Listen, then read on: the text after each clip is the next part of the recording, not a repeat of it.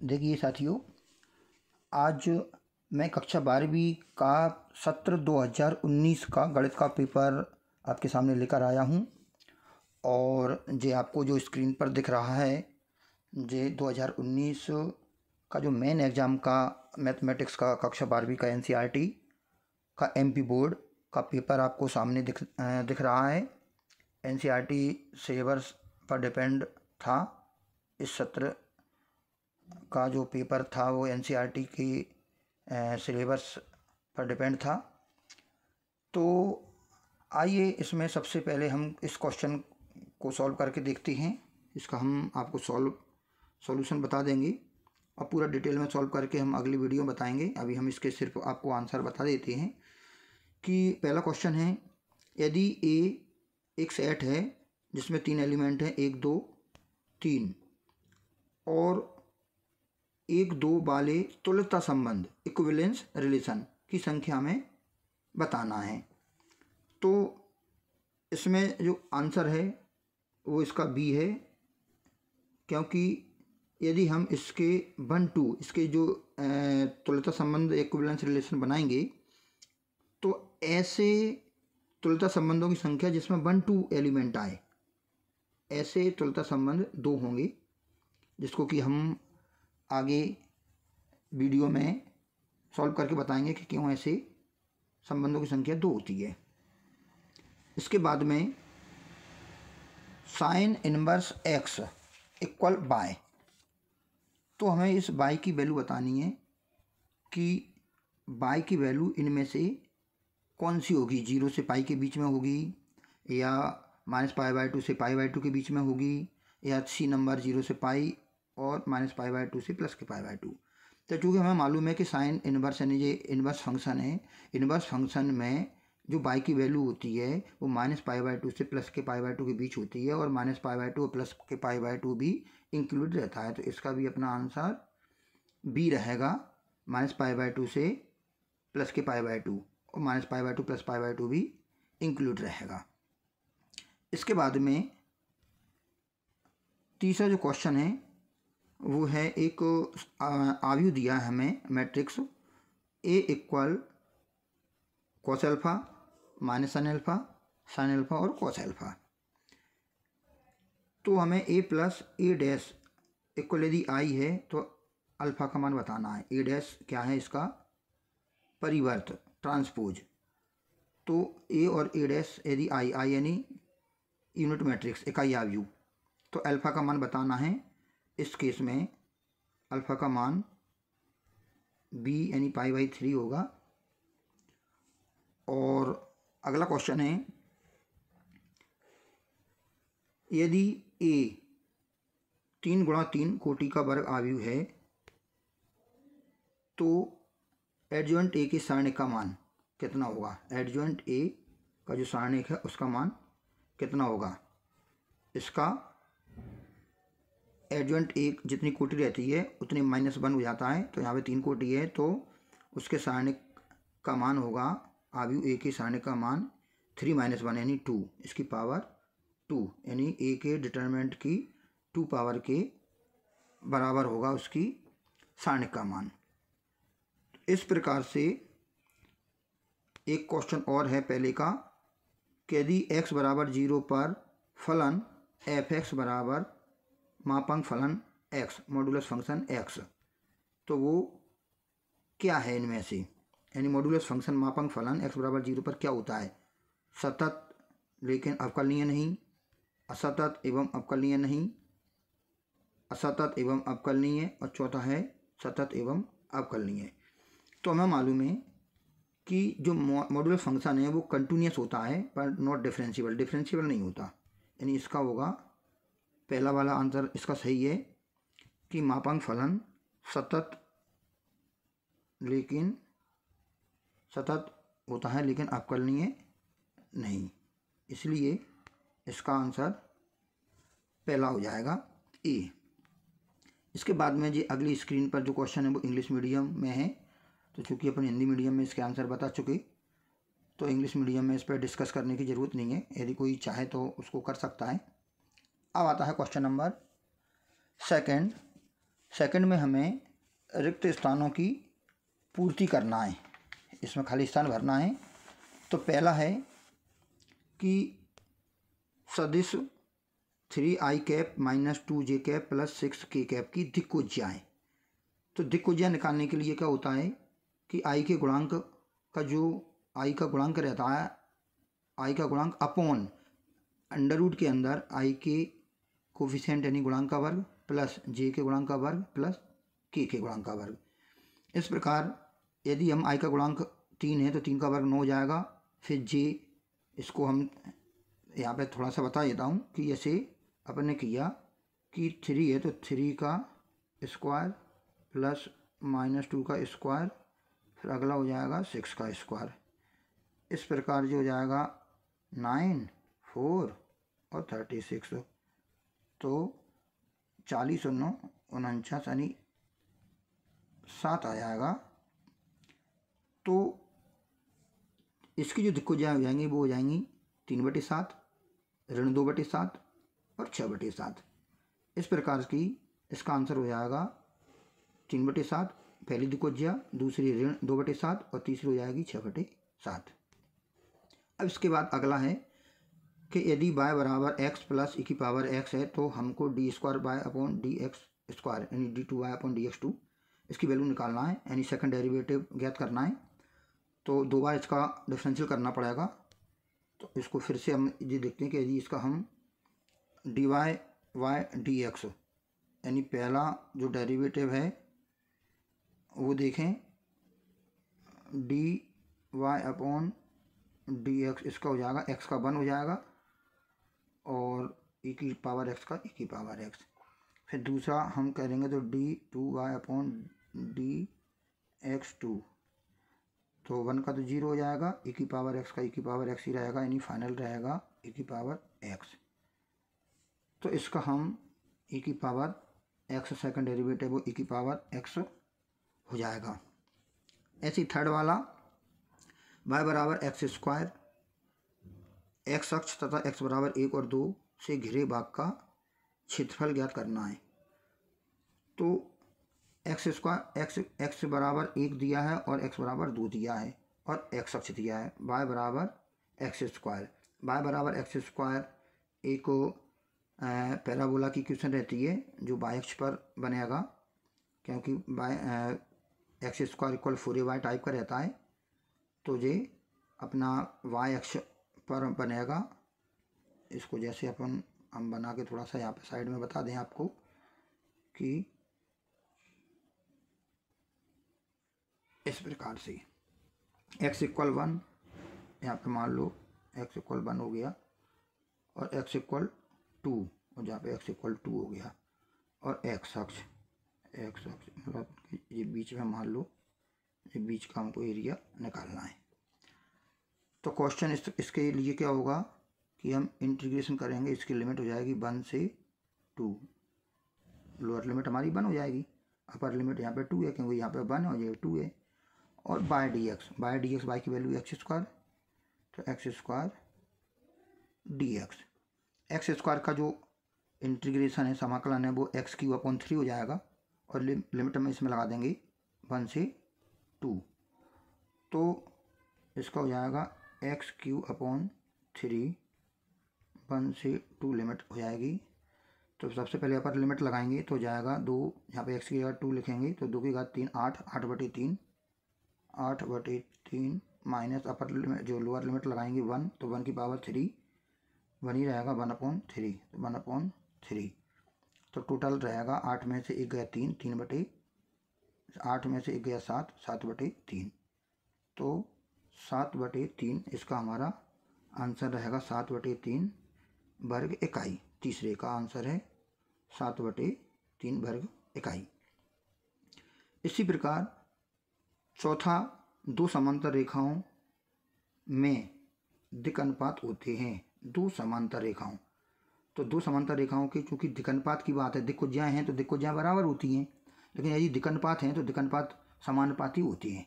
अब चूँकि समानुपाती हैं तो समान भी हो सकते हैं, यदि कोई इसमें समान लिखेगा तब भी सही हो सकता है, लेकिन इसका जो सही आंसर है वो समानुपाती, प्रोपोर्शनल, क्योंकि दो समांतर रेखाएं हैं तो इसके दिक् अनुपात समानुपाती होते हैं। अब पांचवा, समतल 2x धन y ऋण 7 ऋण z बराबर 5 द्वारा x अक्ष पर काटा गया अंतःखंड।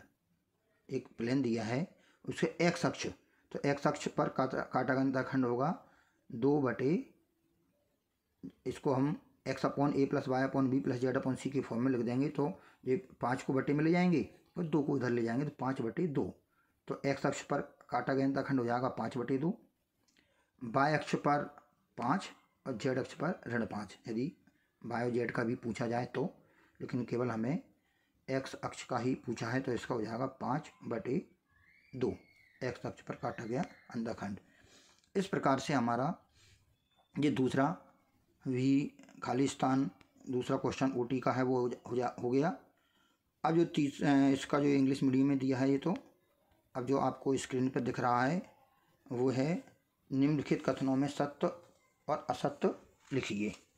क्योंकि जो 25 नंबर के क्वेश्चन रहते हैं, पहला क्वेश्चन 25 नंबर का रहता है, इसमें 5 पार्ट रहते हैं, प्रत्येक पार्ट में 5-5 क्वेश्चन रहते हैं, तो 25 नंबर का भी स्टूडेंटों को अधिकतर वो बहुत कठिन लगता है।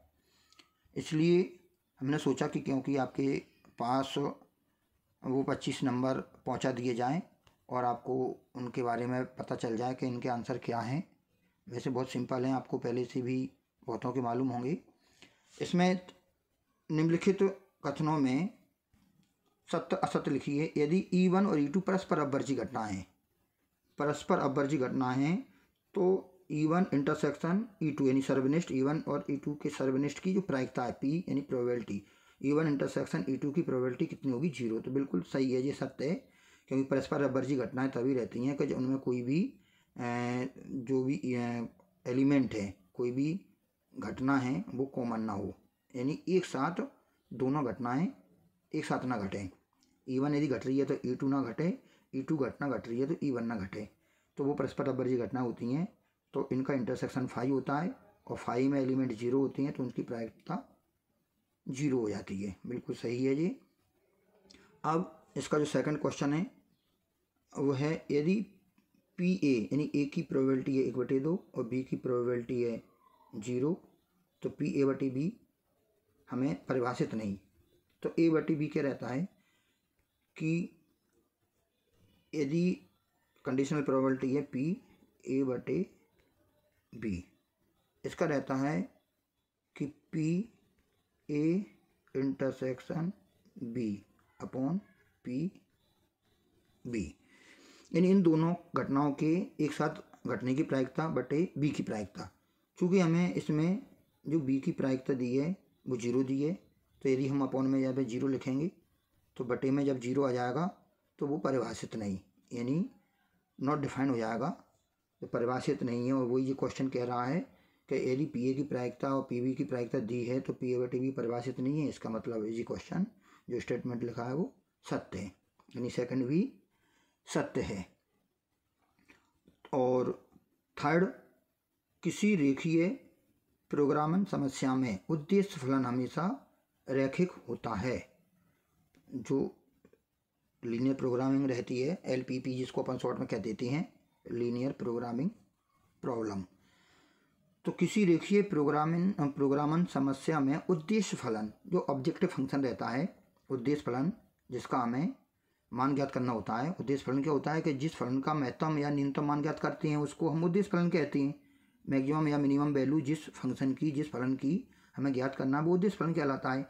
तो उद्देश्य फलन हमेशा रैखिक होता है। बिल्कुल सही है, ये सत्य है, क्योंकि उद्देश्य फलन जो चर अपन मानते हैं x या y, तो वो रैखिक होता है, इसमें पावर नहीं रहती, रैखिक एक घातीय होता है उद्देश्य फलन। तो ये तीसरा भी सत्य है।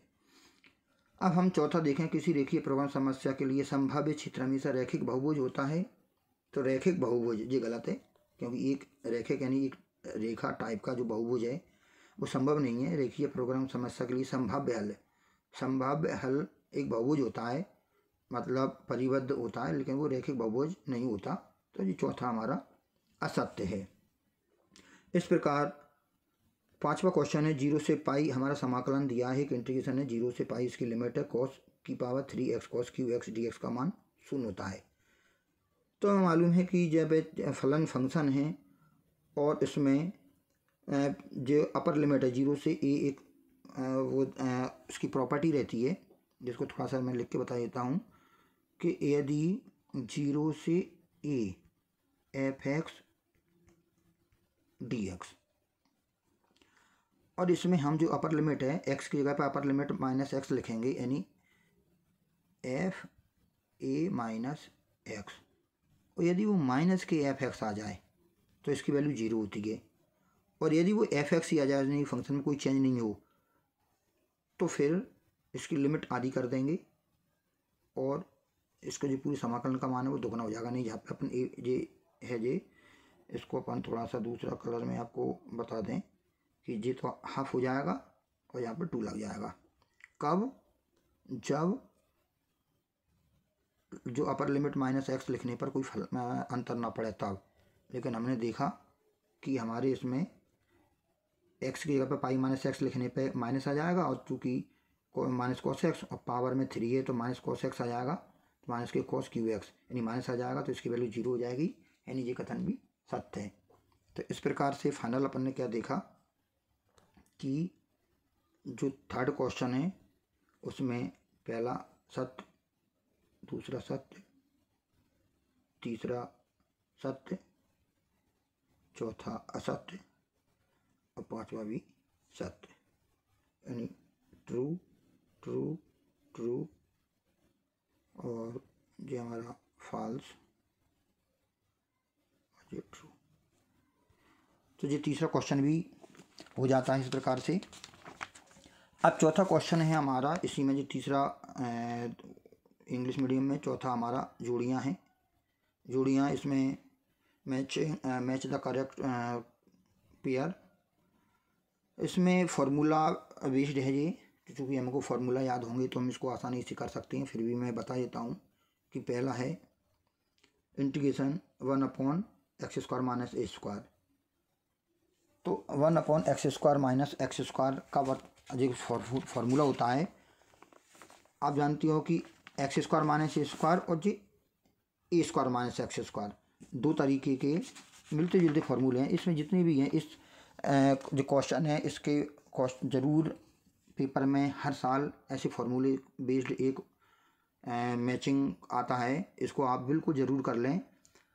तो इसका जो होगा 1/x² माइनस a², तो इसमें देखा कि जे a माइनस एक्स है, जे x माइनस a है, थोड़ा सा इससे भी आइडिया लग जाता है, और इसका होता है 1/2a log x minus a/x plus a, यानी इसका पहले का c हो जाएगा x² माइनस a² का 1/2a log x minus a/x plus a।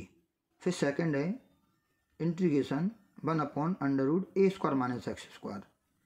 a² minus x² इसका साइन इनवर्स होता है, क्योंकि यदि यहाँ पर 1 कर दें तो 1 minus x², √1 minus 1/√1 minus x² sine inverse x, तो ये a² minus x², 1/√a² minus x², इसका है साइन इनवर्स x/a। तो सेकंड का a है। इस प्रकार से तीसरा है 1/x² integration 1/x² minus a²। तो इसका हमारा कौन सा है? d, क्योंकि सेक का होता है x² माइनस a², तो इसका है d 1/a sec inverse x/a। चौथा है 1/√x² minus a, integration 1/√x² minus a², इसका है लॉग, क्योंकि ये x² माइनस a² है, इसमें ये माइनस है, हमेशा प्लस रहता है, चाहे वो प्लस का फॉर्मूला हो, यहाँ पे चाहे प्लस का हो चाहे माइनस का हो, यहाँ पे प्लस ही रहता है। इस जगह हमेशा प्लस ही रहता है, वो तो यहाँ पे बदल जाता है, जो फॉर्मूला रहता है वो यहाँ पे चेंज हो जाता है, जो फार्मूला वो आ जाता है। तो इसमें हमारा f है, क्योंकि वो कहता है √x² माइनस a², तो इसका है log x plus √x² minus a², तो चौथे का f। फिर पाँचवा इंटीग्रेशन 10x, तो मालूम है कि 10x का इंटीग्रेशन log sec x होता है। इस प्रकार से हम जो फाइनल आंसर हैं वो बता देते हैं कि पहले का C, फिर दूसरे का A, तीसरे का D, चौथे का F और पांचवे का G। इस प्रकार से हमारा चौथा क्वेश्चन भी कंप्लीट हो जाता है।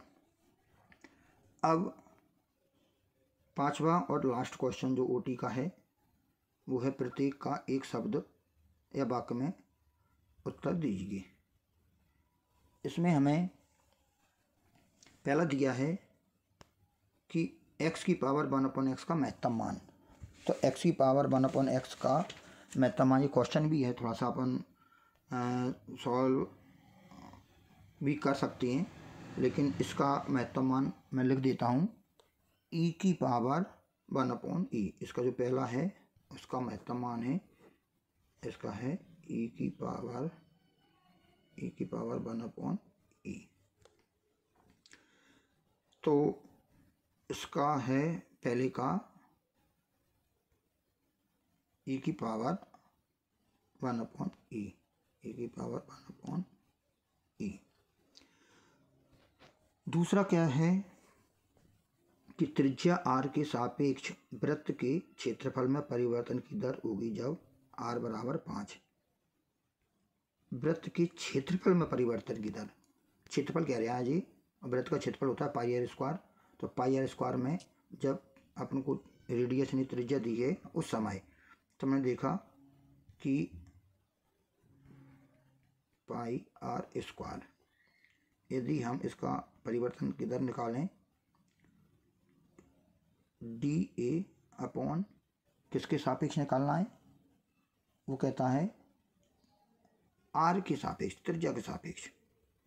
तो D R 2 pi R, 2 pi R हमको दिया है 5, तो 5 दूनी 10 पाई, इसकी यूनिट वर्ग सेंटीमीटर।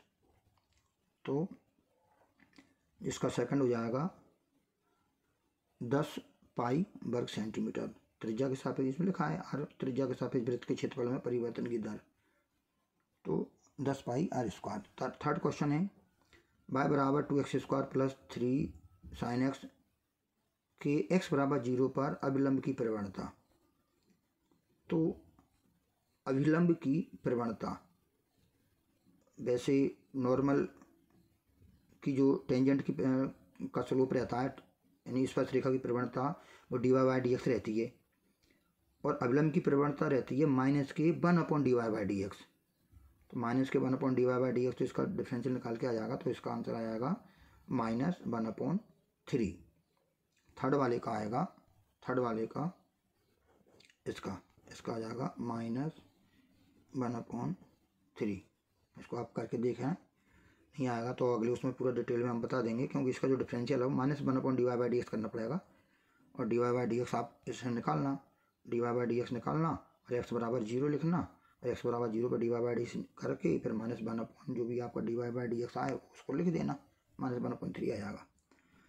चौथा है 3 sin x plus 4 cos x का निम्नलिखित मान। तो a sin x plus b cos x, इस प्रकार का कोई क्वेश्चन आ जाए, a sin x plus b cos x, तो उसका उच्चिष्ट होता है √a² प्लस b स्क्वायर, और निम्नलिखित होता है माइनस के √a² प्लस b स्क्वायर। यानी जी इसको a मान लेंगे, इसको b मान लेंगे, तो √a² प्लस b स्क्वायर जो उच्चिष्ट होता है माइनस लगा देते हैं, निम्नलिखित हो जाता है।